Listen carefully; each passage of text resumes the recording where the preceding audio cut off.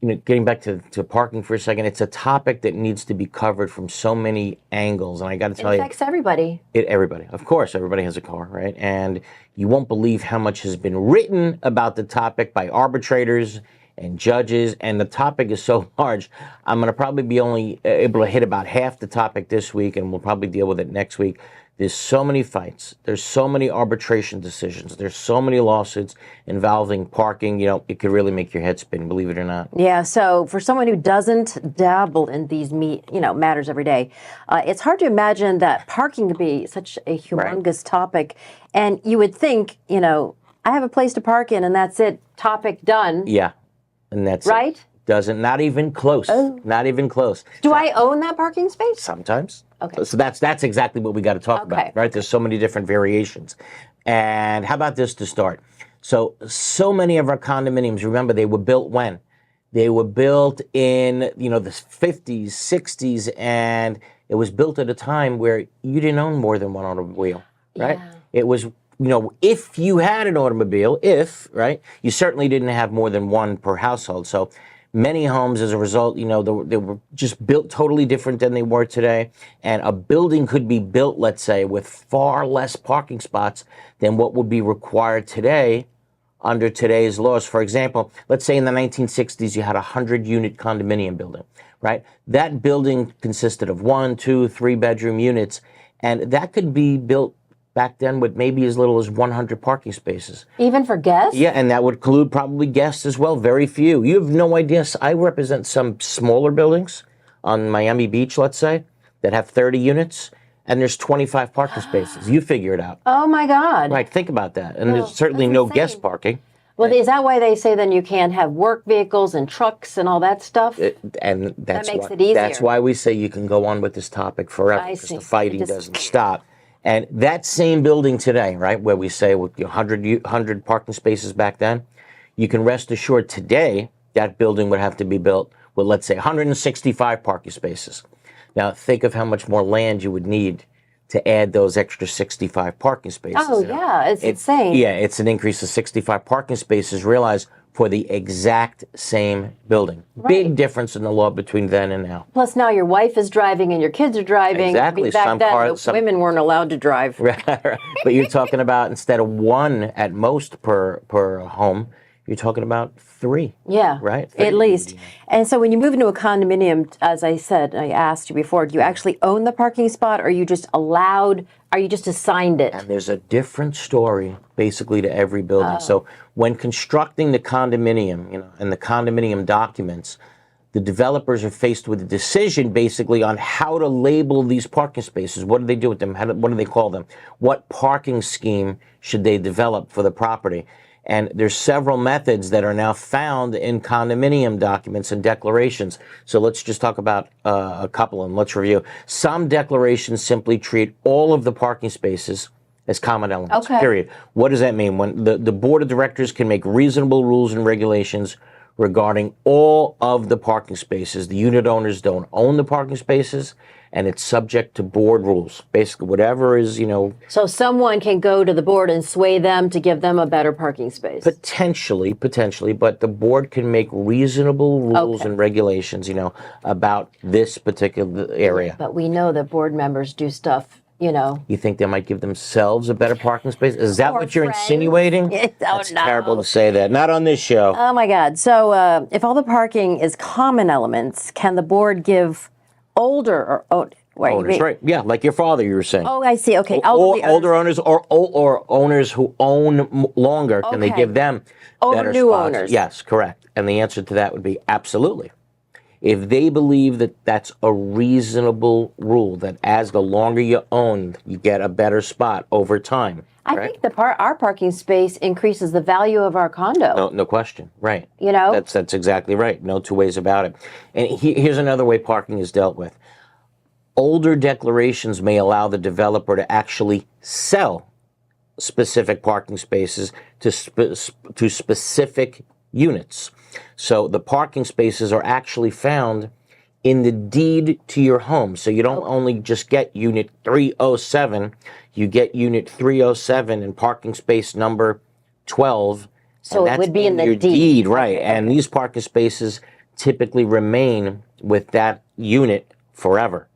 It's there. It's there. It's, it's with the spot. Okay, so, and is it possible for an owner to keep their unit, sell their parking space to another owner?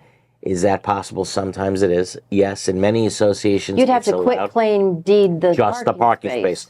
Correct. Sometimes it's allowed, yes, and here's another method. Or can you rent it out?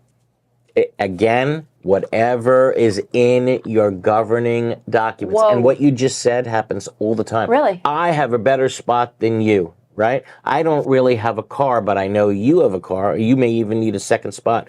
I'm going to rent you my space every month. How much are we talking? Is that allowed? Maybe $200 a month. If you're willing to give it to me, should that be allowed? Any problem with that if it's not affecting anybody? Do you have to let the board know? Let's say you have to let the board know. Oh, because their car is going to be in your spot. You have to let them know. Well, but not if you own the spot. If you own the spot, there's going to be no other car in the spot, right? Oh. But suppose it's by rule you get that spot. There's just, again, it's a So if I own the spot, no other car can be in the spot. Right, exactly. Even if I rent it out. Right, but sometimes the board will say, no, you can't rent it out. Sometimes the board will say, yes, go rent it out. But you have to let the board know because there's another car in your spot. You're right. Typically, you got to let the board know. Or if not, when they see a different car in your spot, what do they want to do? They'll tow it. Yeah. So yes, you got to let the board know. Absolutely. Oh my God, you were right. There's so much to learn about. So yeah, and sometimes that's not allowed where you can rent it to other spots. But here's another method: the developer gets to assign a spot to a unit, but you can't sell that spot. The developer didn't sell the spot to that unit owner, and so it's up to the developer. It's up to the developer. That's right. This all happens before it's handed over. Correct. And that parking space, if the developer does it that way, where it's just assigned to a unit, it becomes a limited common element of that unit. It also stays with that unit, and it becomes a limited parking common element assignable to that unit. You can't sell it. You can't sell it apart from the unit, but it stays with that unit. And sometimes you'll see a declaration that allows the unit owners the right to transfer the parking space to other unit owners, but you got to make sure that every unit at all times has one space. It gets complicated. It really does. Yeah. There's a lot to learn about parking, and you want to talk about a situation where it gets messy. Here's one. The declaration says that the developer can assign parking spaces. They won't always be classified as limited common elements, and you'll see in the declaration that the developer shall maintain a list of which units get which spaces. Now, I'm doing this 32 years. How many hundreds of associations did I represent, right?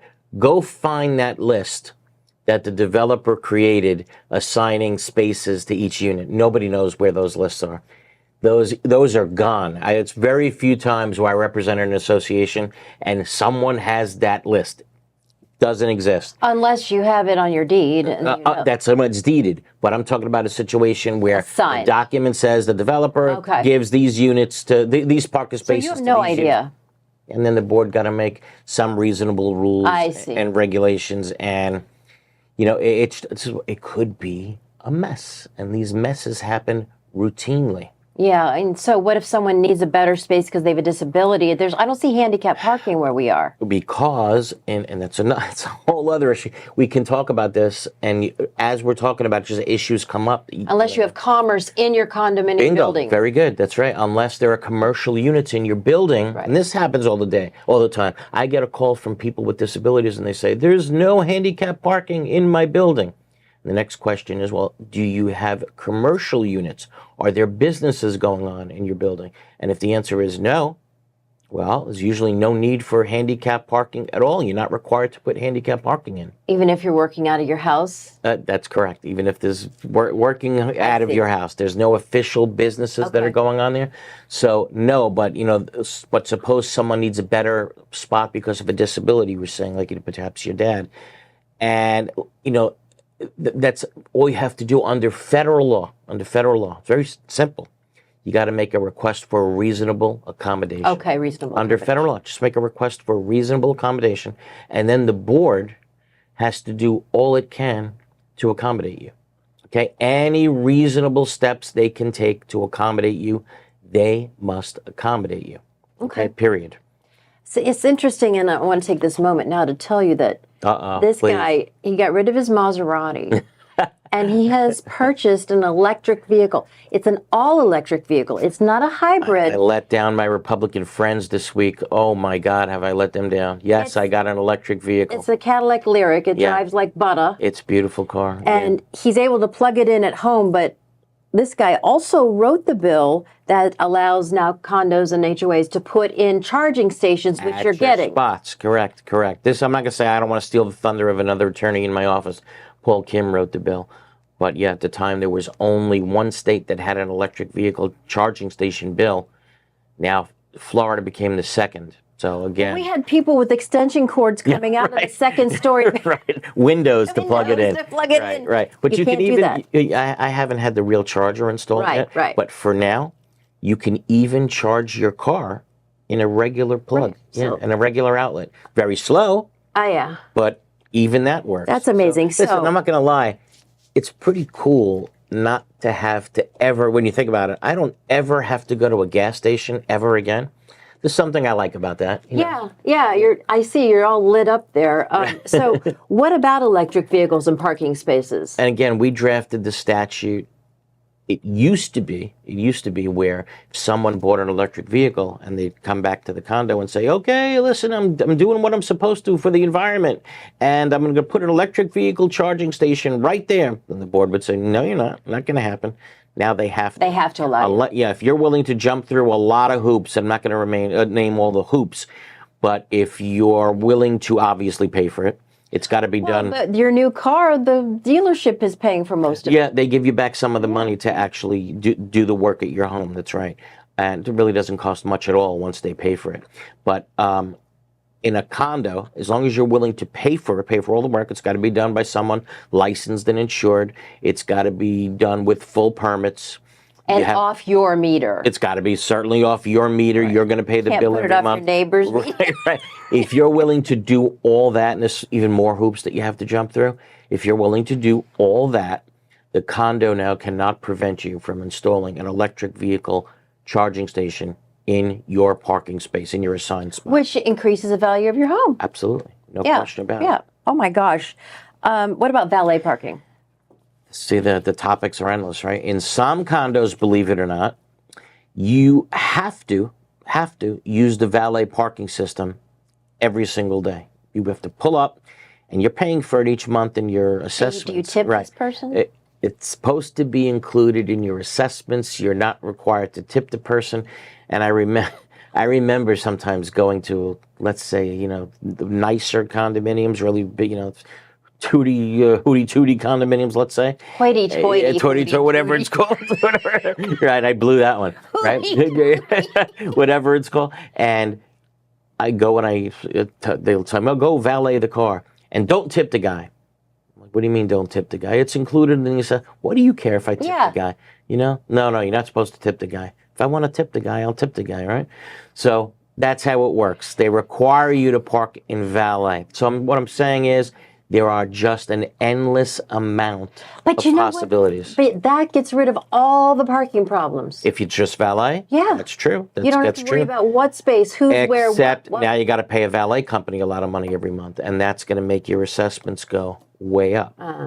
So that ain't doing it. And if they damage your car. Right. And I can't tell you how many types of cases I had like that. Now, what if you have an electric vehicle? The valet's going to plug it in?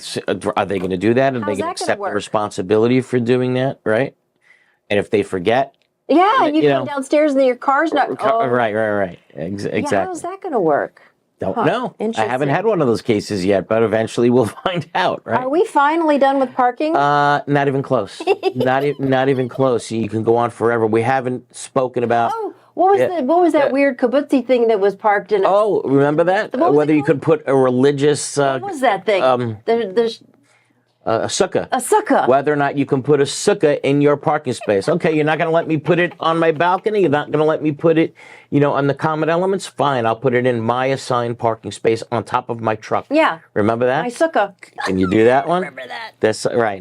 What about the whole fight about commercial vehicles? Yes, right? yes. What all of that. Whether Just take the magnetic sign off. Right? That's a whole other topic we can talk about forever. What about trucks? Yeah. What is a truck? What isn't a truck, right? Right. Again, you can go on forever.